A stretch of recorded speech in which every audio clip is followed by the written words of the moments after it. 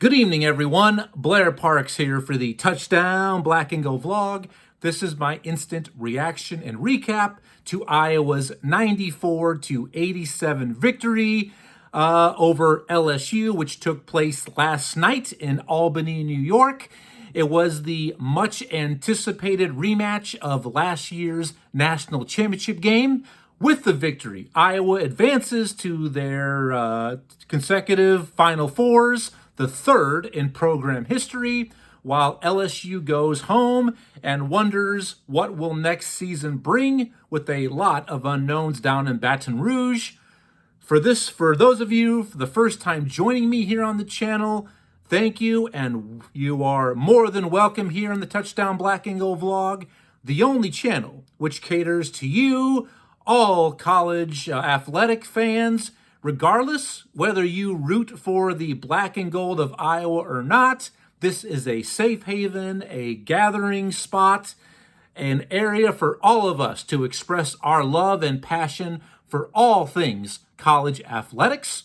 And for those of you who are returning, thank you for all you've done for the channel, your continued time, attention, and support. And let's get out there, get the word out, and let's find more college athletic fans just like you. So, this is what I'm going to go ahead and break out today. I mean, what a great game we saw take place last night.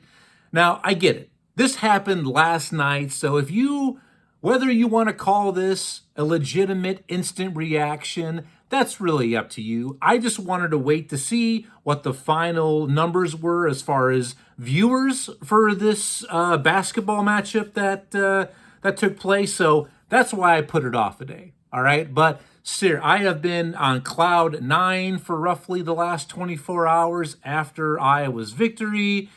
And all of the hype, all of the publicity that this much anticipated rematch and matchup had going in, wow, not only was it met, but it absolutely was exceeded. I mean, high drama. I mean, everything was laid on the line, and the stars absolutely did not disappoint in this matchup. Now, what I'm going to start off saying, I'm going to share with you the final numbers as far as viewership for this game, and then I will break down the game a little bit more in depth with you. Give me about 20, maybe 25 minutes max. That's all I ask for, is the final numbers.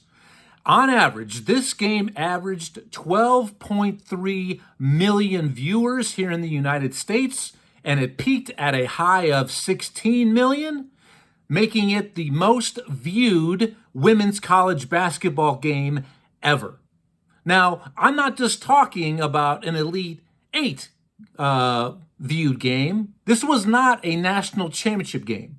This was not even a national semifinal. It was an Elite Eight matchup with 12.3 million viewers. Welcome, women's college basketball. It has absolutely not just arrived, but it is now said that we are here to stay. All right. Now, normally here on the Touchdown Black and Go vlog, I normally focus on college football, but with this seismic event, witnessing the rise and popularity of women's college basketball, I had to do an episode, maybe even a follow-up, to what is transpiring in that arena. I mean, it is excellent to see the ladies being completely put on display, and like they do, they never disappoint. When you look at things on the national perspective, everything is up as far as viewership, popularity, and growth among the women's sports throughout college athletics.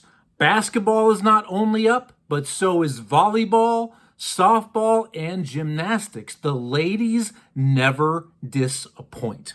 Now, this is how I'm going to break down this episode. I've got a lot to say about it. What I am going to do, I'm going to start off just with talking about the game in general, and then I'm going to list both my stars and my unsung heroes for both squads. Then I'm going to talk about what this means for both programs, for Iowa and LSU moving forward. But before that, I want to expand on my opening statements about what this means, what this game really represented for women's college basketball in general. Getting back to those 12.3 million viewers, okay? To put this in perspective, here are the comparisons to some of our favorite sports here in this nation. Last year's viewership for the Indianapolis 500, this game topped that. Also, it topped the viewership for both this year and last year's Daytona 500. And I used 2 years for that because this year's Daytona 500, which took place about 6 weeks ago, it started on a Sunday but ended on a Monday afternoon. So I went back, and this viewed game was well above both of those motorsport events, those annual events here in the United States. Now, maybe that doesn't really surprise a lot of you, and it doesn't really me either, because we've seen the decline of the popularity of motorsports in this country for quite some years now. But here's some things that it might surprise you. 12.3 million. That was more on average than people who watched last year's World Series, more on average than people watched during last year's Masters tournament, a tradition like none other. It's also more than watched last year's, on average, NHL playoffs and finals.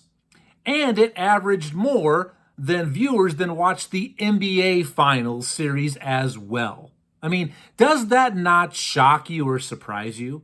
That just right there proves my point that women's college basketball is here. And for some of you who are now late to the party, hey, you're welcome. You're here to stay. I was not late. I have been seeing this great sport grow the last 4 or 5 seasons, and I am all about it. I am all in on women's college basketball. All right? So let's talk about this game a little bit. All right? And wow, overall, I'm going to say this. I think it was a very solid, very consistently officiated game. Now, throughout this tournament, watching the women like I have and the men's tournament, it really pesters me. It really grinds my gears, like Peter Griffin would say from Family Guy, that the letter of the law, when you look at the rules that Dr. Naismith gave us, you play defense with your feet and your legs, not with your hips, your arms, or your hands. I am sick and tired of referees not calling whistles on hip checks, hand checks. It just has to stop. It's now something that I feel like it's morphed into where hip checks and hand checks are just now a part of the game. I think is how most referees view them. But in this game, they absolutely set the tone early, did the referees, and both teams absolutely responded in the correct manner. And they did. I was very happy with the officiating overall. Now, this was absolutely a game of runs for these teams. I mean, from the opening whistle, Iowa came out firing on all cylinders, built a pretty good lead, but here comes the equal and opposite reaction, that teeter-totter, that swing going back and forth. LSU then responded, grabbed the lead, and built on that lead. And I believe at that moment in the second quarter, they pushed it out to their largest lead of the game, which was 8 points. Then Iowa responded. They came back shortly before halftime, took the lead. And then one of the most impressive shots that I've seen the entire tournament, Flau'jae Johnson for LSU, their stud guard, made a very, very acrobatic shot to beat the buzzer. And here we go. Fittingly, both teams head into the locker room, knotted up at 45 apiece at the half. I mean, what a great first half it was. At the start of the third quarter, once again, Iowa came out firing. Caitlin Clark just was blitzing away from the three-point line. Iowa built a good lead. LSU did chip away slightly, but then Iowa just was not going to be denied after that. Iowa eventually, I believe, early in the fourth quarter, built their largest lead, which was 14. But like I said, LSU did slowly chip away a little bit. But halfway through the fourth quarter, it was apparent that Iowa was just not going to be denied of the victory. Now, my stars for this game, okay? I'm going to start with LSU first. I mean, yes, I have a lot to say, plenty to say about Caitlin Clark, okay? But I got to start with LSU. Angel Reese, which this might end up being her final game, her final collegiate game, that is, she does have a decision to make whether to stay in LSU or potentially transfer out. She can utilize that fifth year, that COVID year, or is she going to forego that and enter the WNBA draft? Only time will tell. What a great showing for Angel Reese. Her final numbers, she ended up tallying 17 points with a whopping 20 rebounds. I mean, that is getting it done right there. Unfortunately, Angel's night came to an early ending. She fouled out with just under 2 minutes to go in the fourth quarter. But overall, a great game for Angel Reese. I mean, whether you like or dislike her, if you believe she's a hero or the villain, friend or enemy, that's up to you. But you absolutely have to respect her skills and how she can flat out ball, all right? And I know some of the antics might be a little bit too much for some of you, but she is just uber competitive. That's what it is. Highly motivated, driven to succeed, wants to win at all cost, just like Caitlin Clark is. And when it comes down to it, some people are just wired a little differently. And I believe Angel and Caitlin are two of those such examples that are just a little bit different put together than most of us. And I'm going to expand on that here a little bit later when I talk about Caitlin. Wow. Now, I'm going to talk about another star for LSU, and I'm going to say, I think, what needs to be said. I just got done praising Angel Reese, which she should be praised because of her potential career and how she can play the game. But I think a lot of folks, even down in Baton Rouge, and I want to hear from you. Please get involved. You're the ones who make these episodes possible. I always ask for, encourage, and want your feedback. So please get involved, exercise your right. I want to hear from you, fans, LSU fans, specifically Iowa fans, all women's college basketball fans. Comment in the section below, and I promise I will get back to you sooner than later individually. And please click that subscribe button, like, rate, share. So even a lot of folks down in Baton Rouge, I think, will admit this, okay, that it's no secret. Flau'jae Johnson, she is the best player on this LSU squad. She's their best scorer. She's their best ball handler. She's the most athletically skilled and gifted.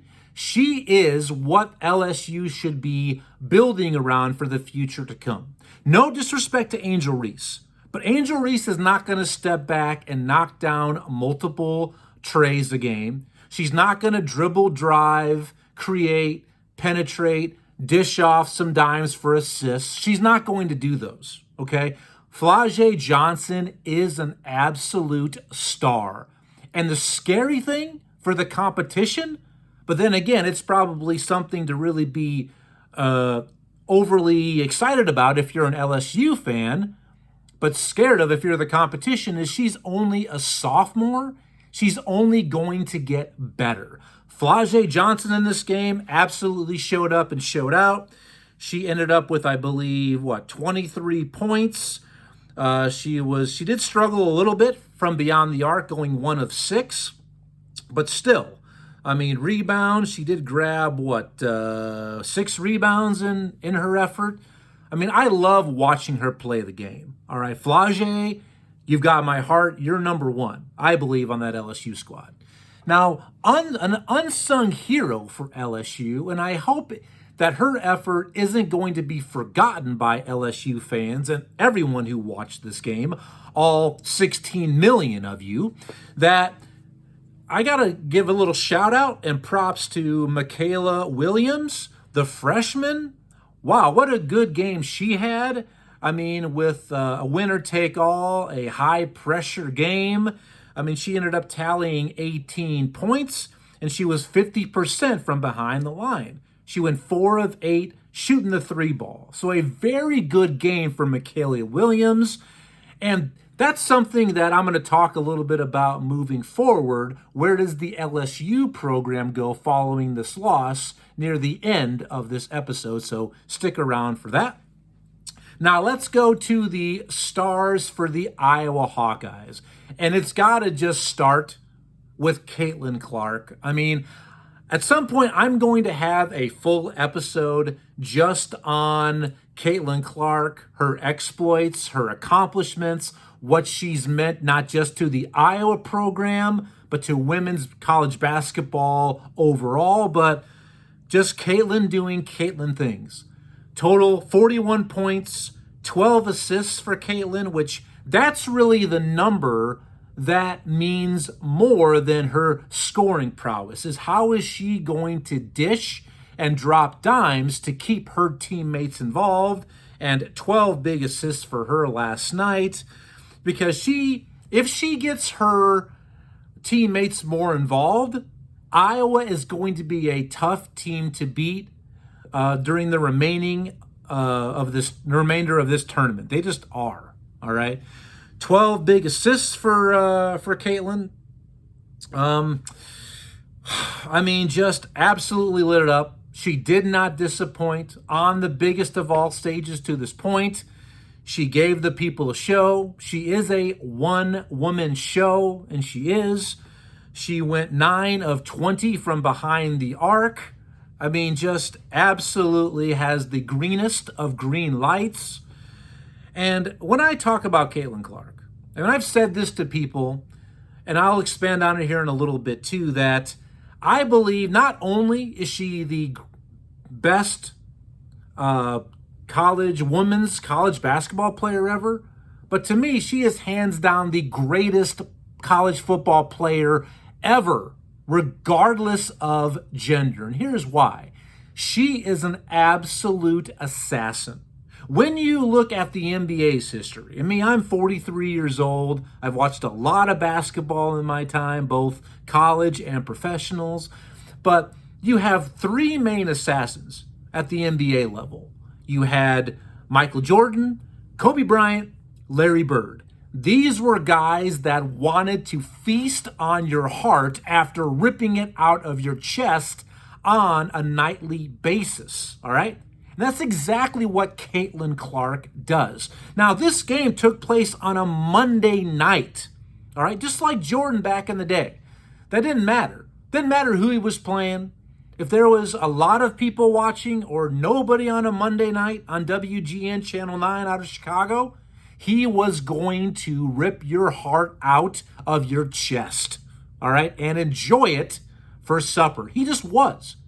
So now to me, you've got MJ, Kobe, Larry, and Caitlin. Caitlin is a separate assassin herself. I'm not going to say she is like those 3 because she has now been added to that group of legit assassins. And once again, it is because she is just wired differently, like Angel Reese. Now, I've been critical of Caitlin Clark this season at times, to where a lot of people have said she spends too much time complaining, working the refs. Yes, sometimes she does. But when you read articles or when you read firsthand info, from Caitlin or people who can confirm it, a lot of the times, the majority of the times, when she gets very animated, she's really getting frustrated with herself. She internalizes nothing, all right? She's emotional, and she shows that each and every night.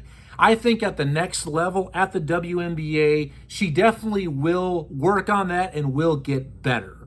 But right now, I think that comes back to how internally she is wired, just a little bit differently, being that competitive.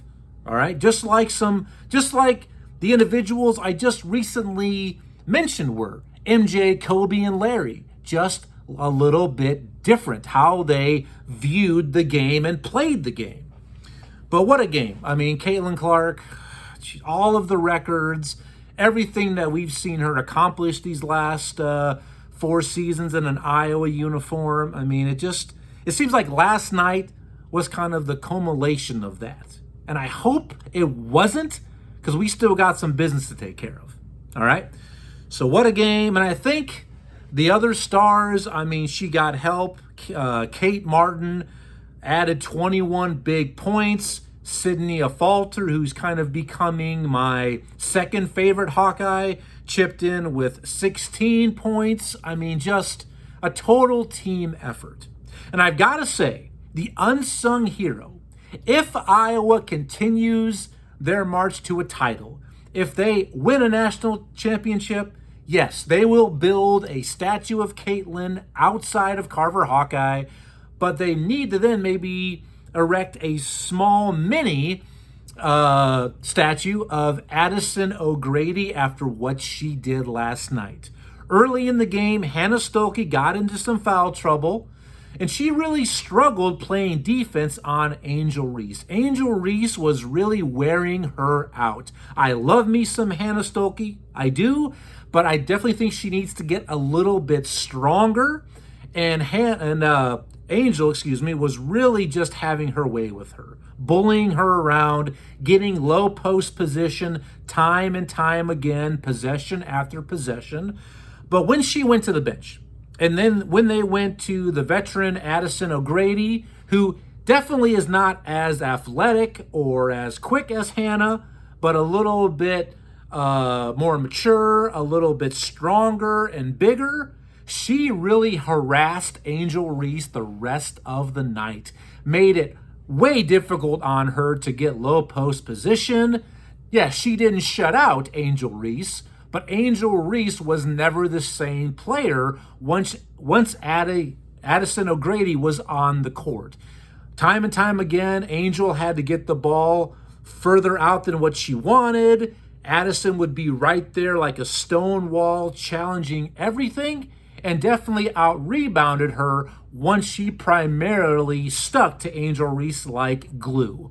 So what a great game for Addison O'Grady. Yes, she only scored 5 points. I get that, but watching her play these last few seasons, that hands down was the best game of her career. So big shout out to you, Addie O'Grady. We see you, and we're not going to forget you. All right? Whew. So let's talk a little bit more about the status of women's college basketball. All right, I've already said how it is growing in popularity. It is here to stay. It can no longer be denied. 12.3 million people, once again on a Monday night on a cable network.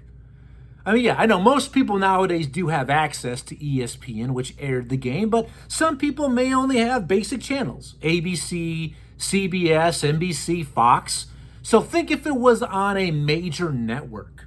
And what I am forecasting, that this Friday night on ESPN as well, the women's Final Four, Iowa tips off at 8 o'clock Central Time against the bluest of all blue bloods, the UConn Huskies and Coach Gino Auriemma. I believe you're going to have close to 15 million people on average watch that game. Maybe not quite. I'm going to say this. I'm going to say 2 million more. It's a Friday night. I'm going to say that 14.3 million people on average will tune into this Friday night's game. Okay? And if that ends up being the case, which I think it will, that would then eclipse the average viewers of the last summer and winter Olympics games here in the United States. I mean, you just can't deny what this is. All right. Now, I know what a lot of you still out there, you have the opinion that it's boring. It's not as good as watching the men. It's not physical. It's not fast. It's not above the rim. They're not equal. Blah, blah, blah, blah, blah. Hey, you have the right to your opinion. I respect it, but I highly disagree with you because I look at it like this. If you have ever, actually, I'll put it this way. If you want to watch a game that's played above the rim, and if you want to watch a game that just really focuses on physicality, where the players look like bowling pins shattering and moving around after struck by a bowling ball, fine. Watch a men's game. Totally fine. Have fun with that. But if you want to watch a game that is going to that you're going to see much better fundamentals, much better flow, you're going to see it be a lot more crisp, better team ball, then you've got to watch a women's game. You just do. Overall, when I watch the women's game, and I'm not just talking about two elite teams, okay? If you have a matchup of just good teams, that's what you're going to see. The women excel at shooting, passing, dribbling, teamwork, free throw percentage, everything. It is fundamentally a superior product to the men. Yes, they're not going to play above the rim, but it is a coach's dream. This is what Dr. Naismith envisioned when he gave us this great game. The women have it, the men just don't. They don't.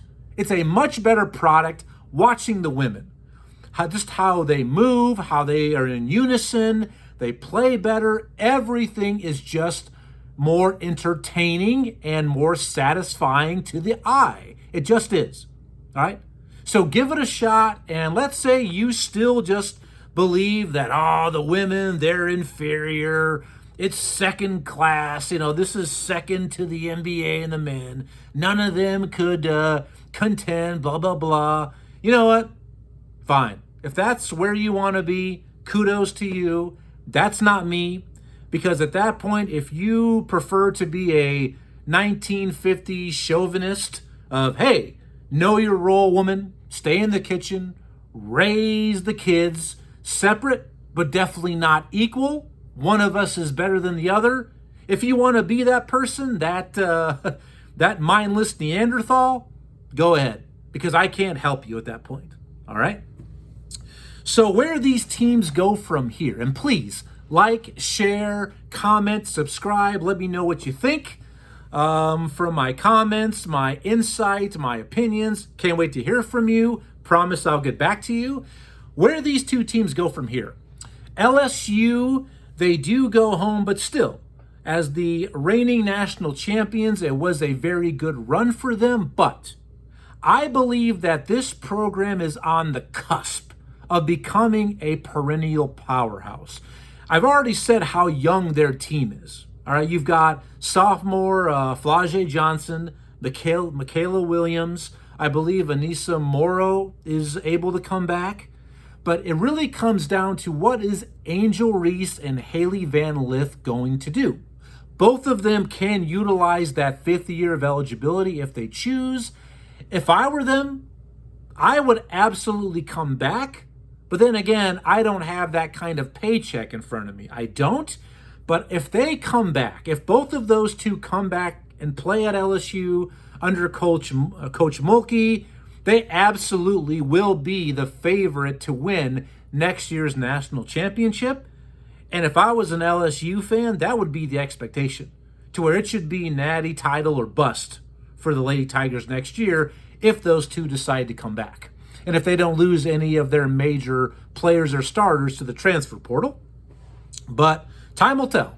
I believe those two have to decide within the next 2 days what they're going to do. Either stay or declare for the WNBA. Now, where Iowa goes from here, I mean, it's been a great ride. I mean, I feel so blessed right now to be alive in this moment as an Iowa fan. I wish my father the man who basically presented all things Iowa athletics to me, was still around. He passed away several years ago. But it's just a great time to be a Hawkeye fan and to be a basketball fan, as I am. And a couple weeks ago, I was a little bit concerned. I mean, the expectations for me, I didn't think that Iowa had the horses to get back to the Final Four, and then obviously not to the national championship game. I just didn't think that they were going to be able to do that following the loss of McKenna Warnock and especially Monica Sanano from last year's game. But here they are, on the cusp of reaching the national championship game once again. And it really comes down to Caitlin Clark and Coach Lisa Bluder and what her staff has done. I mean, Coach Bluder, I'm going to start off right there. Coach Bluder continues to be one of kind of the forgotten about upper echelon coaches in this nation. I believe she is very well known and respected among her peers. I mean, I think right now she is number 10 overall for most wins at the Division I level. So she will be a Hall of Fame coach at some point, but she is not as widely known as Coach Kim Mulkey, Gino Auriemma, Coach Vanderveer at Stanford, Coach Dawn Staley at South Carolina, because all of those individuals have multiple national championships, when Lisa does not. So I think she continues to really surprise people, but hats off to Coach Bluder and her staff to get Iowa back to the Final Four. But it's just been so awesome to see the rise of this program. And a few weeks ago, I was having this conversation with my brother. I was in the Iowa City area for the first round game that they hosted against Holy Cross at Carver Hawkeye. And I asked him, what should the expectation be for the Iowa women's program post Caitlin Clark era, moving into next season?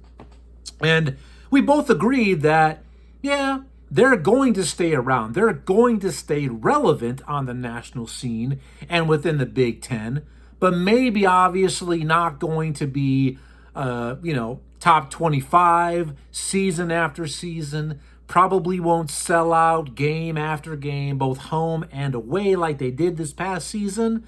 But what this is going to do now for the recruiting status and the overall standing of this program after defeating the defending champions in front of that record viewership, we're going to see those benefits over the next few seasons. I mean, hell, just a few weeks ago, I believe her name is Deals, the best point guard and best player from California, committed to the class of 25 to Iowa. So a pretty good get there for little Iowa. And I think it's going to continue to pay dividends. I believe this program is only going to start climbing even more. Now, yes, you may never have a generational talent like Caitlin Clark ever again on this staff, on this team, but I think we're in a great place as a program moving forward, guys. I'm really excited about it.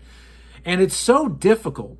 It is so difficult to move into that upper echelon, the blue bloods of women's college basketball. We've seen it in the men's side, that when you look over the last 30 years of men's college basketball, normally you would have the same blue bloods would reach the Sweet 16, Elite 8, Final Four pretty much every season, if not every other year. I'm talking about the Dukes, the North Carolinas, the Kansases, the Kentuckys. That's what you would see.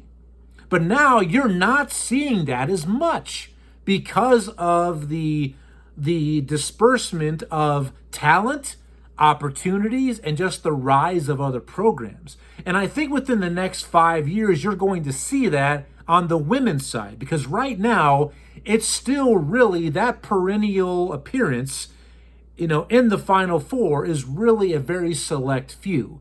South Carolina, UConn, Tennessee, Stanford. That's really been about it. Notre Dame.